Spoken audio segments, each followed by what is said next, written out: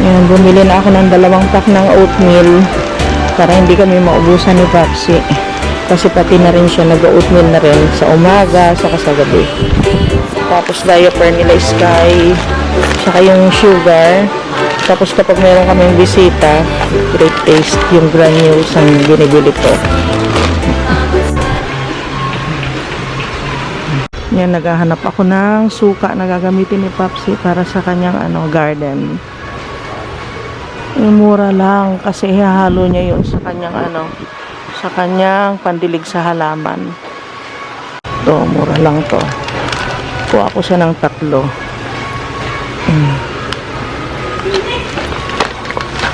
Gatas, buti na lang pinadala na kami ni Ate Cheng. Hindi na ako bibili, guys. Kanina pamili ko, patay ako kay Papa. Dami ko na pamili ngayon. Ay, pineapple juice. Ay, meron na palang padala si Ate. Ayan, nahuli ko. Ang daming binili. Katagal. Munggo. Di ba matagal nang wala tayong munggo? Oo. Hindi tayo nagmumunggo na. Bumili ako, 2. Ayos. Ayan naman guys, ang binili niya.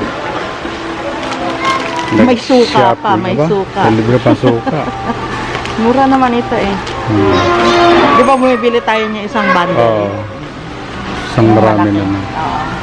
Yung malaki. Bumili din ako isang suka. Guys, kuha tayo ng orange. Dito kami sa loob ng Friendship.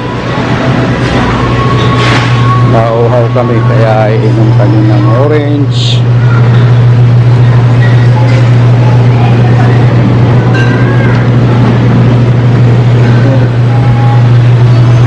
Nandun si Mama Lar nagbabayad. Walang ganong tao ngayon. Tahimik. Konti dati talagang maraming tao rito. Kasi dito bumibili ng mga paninda yung mga tao.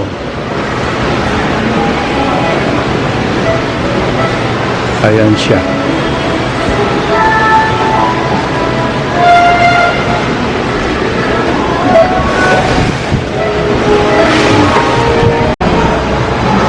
Saka si Mama Labo, mataas yung babayaran. Hindi na nabili namin.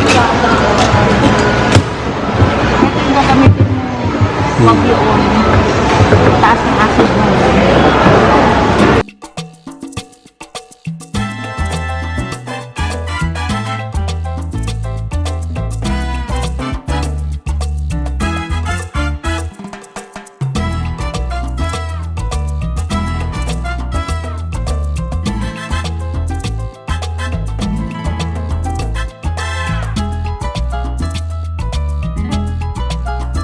Dito kami sa paggawaan ng generator. Ginawa na naman nila. O, binayadan ko na.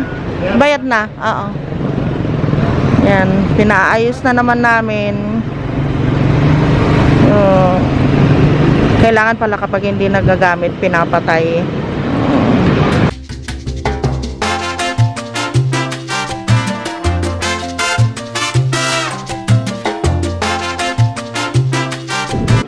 Pauwi na kami, guys.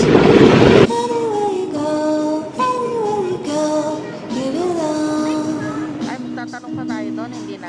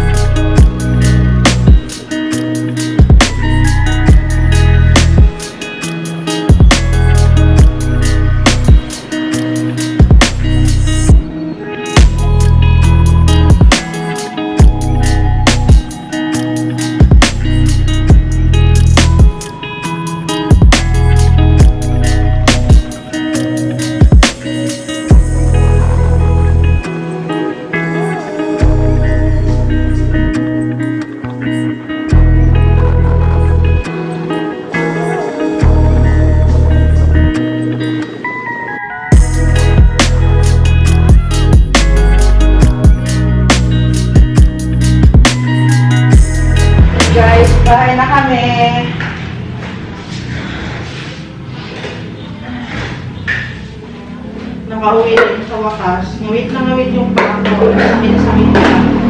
Bubulay ka? Oo, saglit na naman po. Ibulang-lang ko na lang na.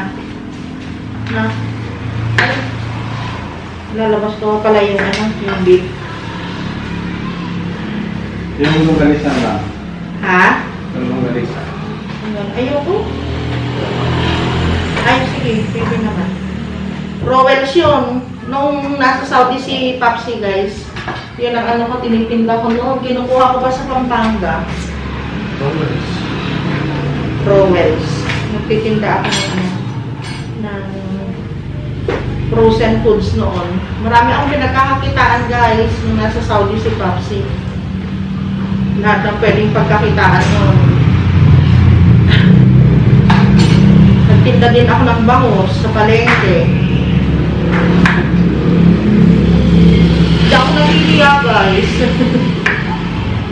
Siguro nga, dahil bata pa ako noon, nasa isip ko lang, mahalaga, yung merong kikitain. Kasi nung araw naman, maganda rin naman ang ang sasakot ng Saudi. Yung mga unang taon niya, yung maliit pa si Cheng sa Kasidong. Pero habang tumatagal, lumiliit na yung ano nila, mga salary offer sa kanila.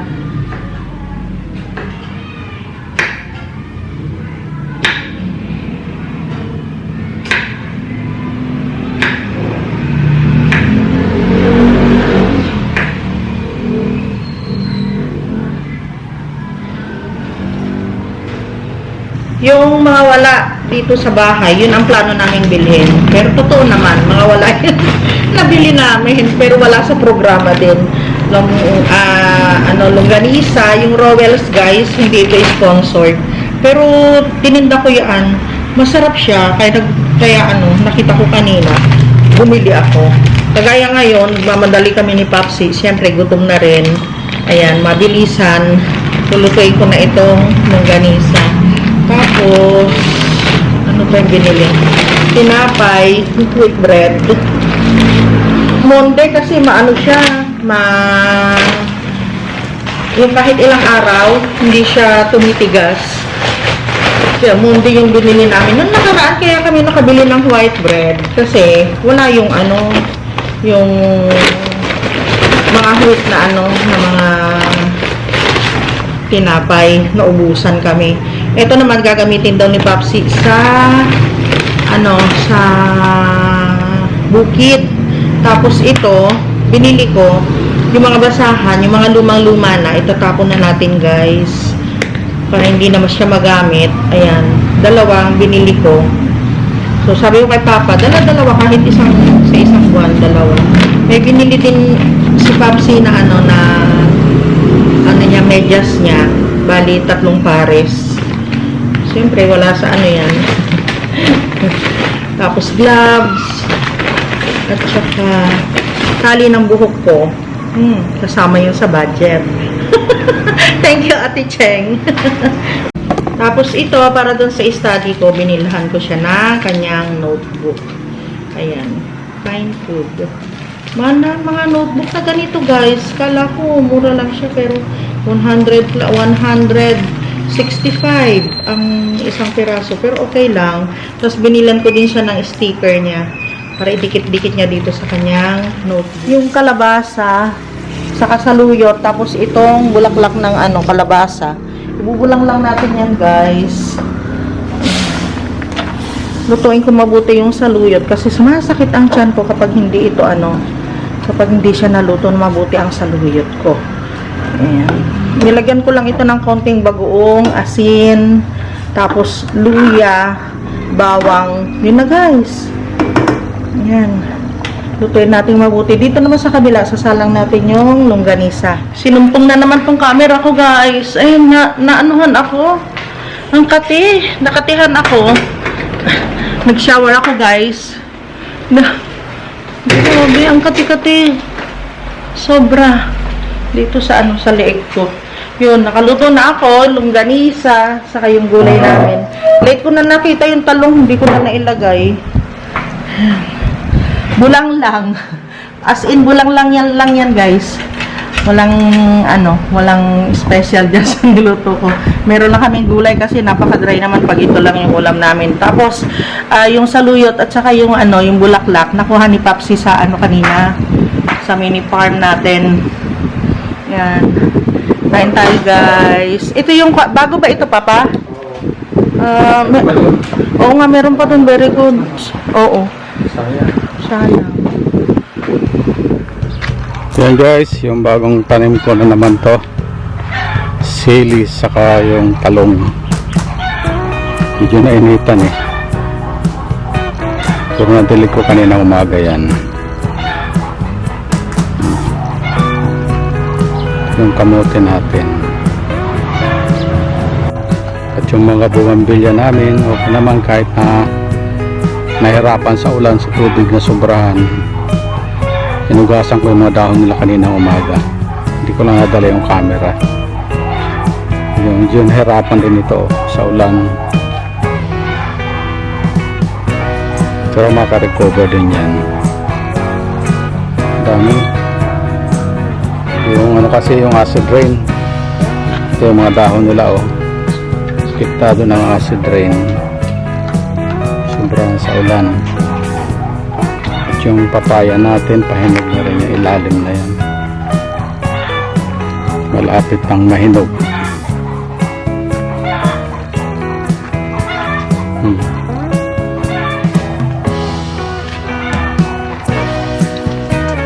At yung mga nag-drop ko dito, mga next week siguro pwede na ako magbukas.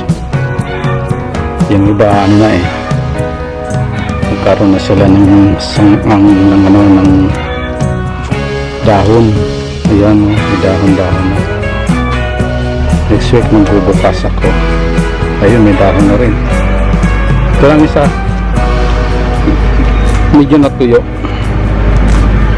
Pero sana makarecover. Ito mayroong dahon na rin yan. 20% ito meron. Ayan ito rin. At ito rin. Buti nagkaroon.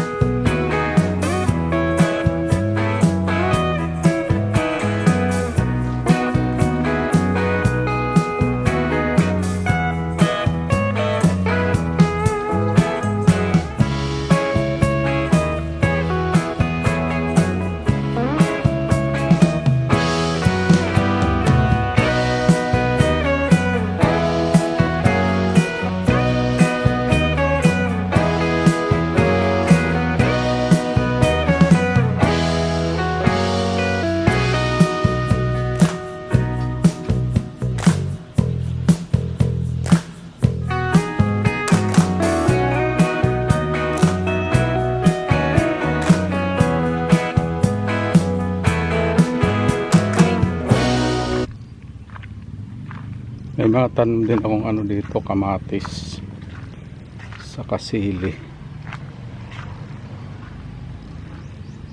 Sobra naman sa init ngayon. Pero nakatayo pa rin sila. Yung iba rito kamatis medyo hindi kinaya yung init. Yung iba yung iba nakatayo, yung iba dapa eh. Ayun, tulad nun, dalawa. Kawawa.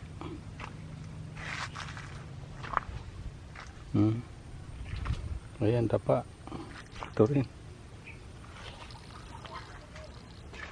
Kawawa sa init. Yung okra ko guys, tag-init ko rin tinanim yan. Lalaki na eh, kaya hindi pa namumunga. Pinilisan ko siya ng mga dahon. Kalalaki, maganda yung lupa rito. Tapos itong rambutan natin, yung nagkadahon din sila. Marami ring dahon, mga bagong dahon na lumabas. May bulaklak na ito eh, kaya lang hindi rin kinayang init dito. Nung medyo umulan ng umulan, yun, nagkaroon ng ano, sibol-sibol. Gidaligin ko, medyo tuyo na eh. Hello guys! Kararating namin ni Papa. Dito na kami ngayon sa bahay. Ayan.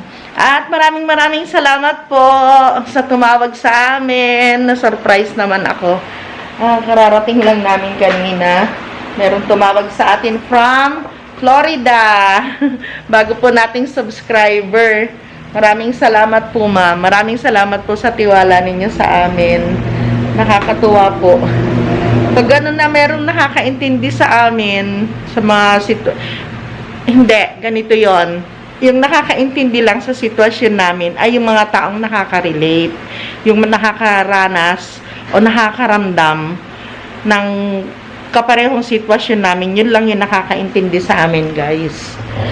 Hindi naman ako galit dun sa nagbasa sa akin kasi masama po ang ano eh. Ngayon natutunan ko po yung ano, yung pag nagalit ka sa kapwa mo, merong balik sa iyo yun. Natutunan ko po yun.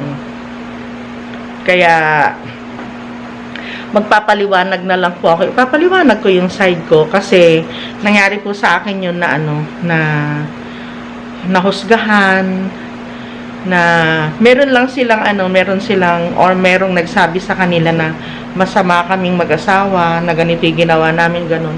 Wala man lang sila, hindi man lang sila nagtanong. Pero alam nyo guys, yung mga ano, yung mga tunay na mga nagmamahal sa amin ni Papsi, yung mga tunay na mga subscriber namin, nagtanong sila, Mama Love, ano po yung tungkol sa ganito, ano yung tungkol sa ganon, in private. Nagtanong po sila, kaya hinahangaan ko din po yung mga, may mga malalawak na pangunawa. Kasi minsan, hindi natin kontrolado talaga ang ano, yung mga bagay-bagay sa ating paligid. Hindi rin natin kontrolado ang puso ng ibang tao. Kaya sabi ko, naku, mahirap ang ano, mahirap makipagsabayan sa mga tao na gano'n na yung ano, yung hindi ka naiintindihan at wala silang plano na intindihin kung ano yung tama. Yung kung ano lang yung narinig nila, yung alam nila, yung akala nila, yun lang yung pinaniniwalaan nila. Mahirap po yung ganon. Ang Facebook page ko, ay hindi po ito ano ha, hindi po ito Coke. Yung nilaga po namin ito na guyabano at saka bayabas. Yun po yung iniinom ko kasi masakit po yung ano ko eh, yung dalaw ko. Dalaw ko kasi ngayon, masakit. Kaya umiinom ako nito, nakakatulong naman po. So, ayun guys, ang Facebook page ko po ay Lovelace Ting. Pwede po ninyo akong puntahan doon. Kung meron po kayong mga katanungan, meron po kayong gustong itanong sa akin, personally, pwede po kayong magpunta doon. Nagulat nga ako kay Ma'am Susan. Yun, nakita niya yung ano, Ma'am Susan Trinidad, hello po, thank you po sa tiwala ninyo sa amin ni Papsi. 40 years na po pala kayo nakasal. Kami naman po, Papa, ilang taon na tayo? 33, magta-34 na po kami. Nito, ngayong 34 na ano pa?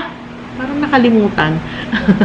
34 na po kami. And still, pareho din po ninyo very much in love. Hindi ko naman po nararamdaman na tumatanda kami. Ako nga, minsan pag umaharap ako sa salamin, sa ako na lang nakikita na, ay, matanda na pala ako kasi nagsasag na yung mga ganito ko. Ganyan. Pero yung damdamin, ganun pa rin. Parang nung una pa rin kami nagkita, nung una kami magkasama. Parang ganun pa rin po, walang nagbago. Pareho din po ninyo. Walang pagbabago. So, ayun guys. Sa mga bago pa lang po dito sa aking channel, ako po si Mama Love at si Papsi, yung aking asawa na lagi kong kasama sa hirap at ginhawa. Matagal po kami sa abroad. Sa Dubai po, 17 years. Tapos, nag-Hong Kong din po siya. Kinuha din niya ako doon, pero sandali lang ako. Nag-Saudi po siya ng 11 years. So, yung mga panahon na yun, nasa abroad yung asawa ko hanggang sa pag-uwi namin. Okay naman po kami, masaya naman po yung mga pamilya namin. Okay naman po kami. So, nagkaroon nga lang po ng problema 3 years ago. Ayun. Kaya, parang pinanghinaan ako ng loob. Parang ayoko na nga na mag-vlog. Pero, hindi. Sabi ko, hindi gagawa ako ng ang dinodokumento ko. Bakit ako magpapa-apekto? Ang idinudokumento ko, yung buhay naming dalawa para sa mga magiging apo namin, para sa mga anak namin, para pag wala na kami, makita nila yun. Kaya nga sabi ko sa mga anak namin, pag nagsipag-asawa kayo, mahalin ninyo yung mga asawa ninyo, kagaya ng pinapakita ni Papa sa akin, pinapakita ko kay Papa. Yun ang lagi namin pangaral sa kanila. At pag meron silang mga kasalanan, guys, alam niyo, hindi kami nagsasalita ng masakit ni Papa. Hindi namin sila sinasaktan sa pagsasalita. Binabasahan namin sila ng Bible. Yung mga hindi nakinig na mga anak, yung mga hindi nakinig sa pangaral, yan, napapariwara ang buhay. Ganun lang guys ang ano namin sa mga anak namin. Very cool. At pag hindi sila nakinig, talagang yung buhay nila, hindi naman talaga mapapaayos. Pero lahat naman sila sa guidance ng turo ng Biblia sa amin, turo din ng Diyos. Yun, napalaki naman namin sila ng maayos. Yun ang maganda, kaya nga sabi ko kay Ate Cheng, sana, sabi ko, yung pamilya namin intact. Siyang bahala doon sa mga kapatid niya. Laging nandun yung mga kapatid niya sa kanila. Lagi namin silang binibilin. Okay lang yon na magkaroon ng problema sa pamilya, guys. Yung mga anak ko nagtatalo-talo din yan, nagtatampuhan. Pero ang bilin namin ng papa nila, tampo lang. Hindi yung hinanakit, hindi yung galit. Personal lang. Oo, wala nang personalan. Tampo lang. Kung ano yung pinagtampo mo, yun lang. Huwag mong pe-personalin yung mga kapatid mo, yung mga kapatid din niya, hindi siya pinipersonal. At kahit na babae siya, talaga ate ang turing nila sa kanya. May power talaga si Ate Cheng sa mga kapatid niya. So, ganun yun guys. Ganun namin sila tinuruan. Halika na, punas na. Halika na. Higa na. Ganito si Sky kapag ganito silang dalawa. Hindi lang si Sky, pati si Bella. Si Bella kasi pinaliguan ni Papa kanina. Halika na, higa na. Higa. Higa. Punas na, apeng-peng. Apeng-peng. Apunas, apeng-peng. Ganyan. Very good. Itong si Sky ko. Nagpapapunas po siya. Halika na. Yung kabila, yung paa.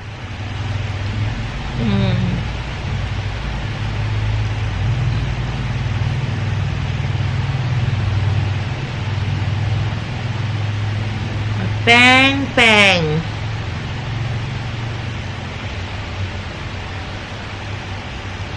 Very good yan eh. Yung nga bata na yan. Very good.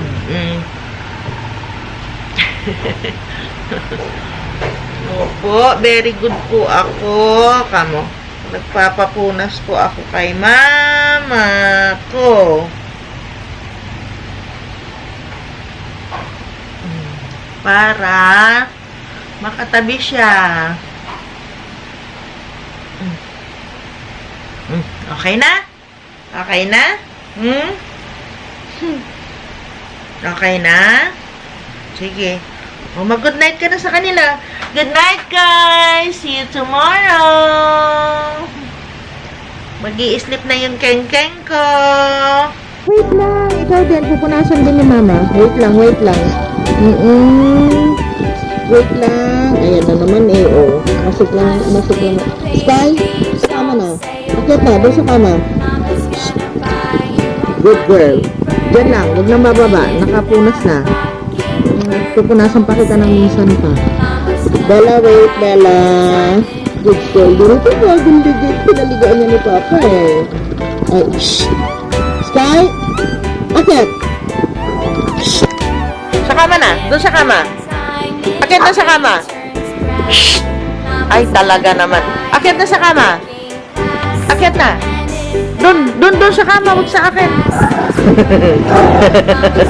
Sige na nga, guys. Ayan na naman. Kulitan na naman kami. Salamat po sa panonood ng aking mga video. Kung hindi pa po kayo nakapag-subscribe, subscribe na. Bigyan niyo din po ako thumbs up.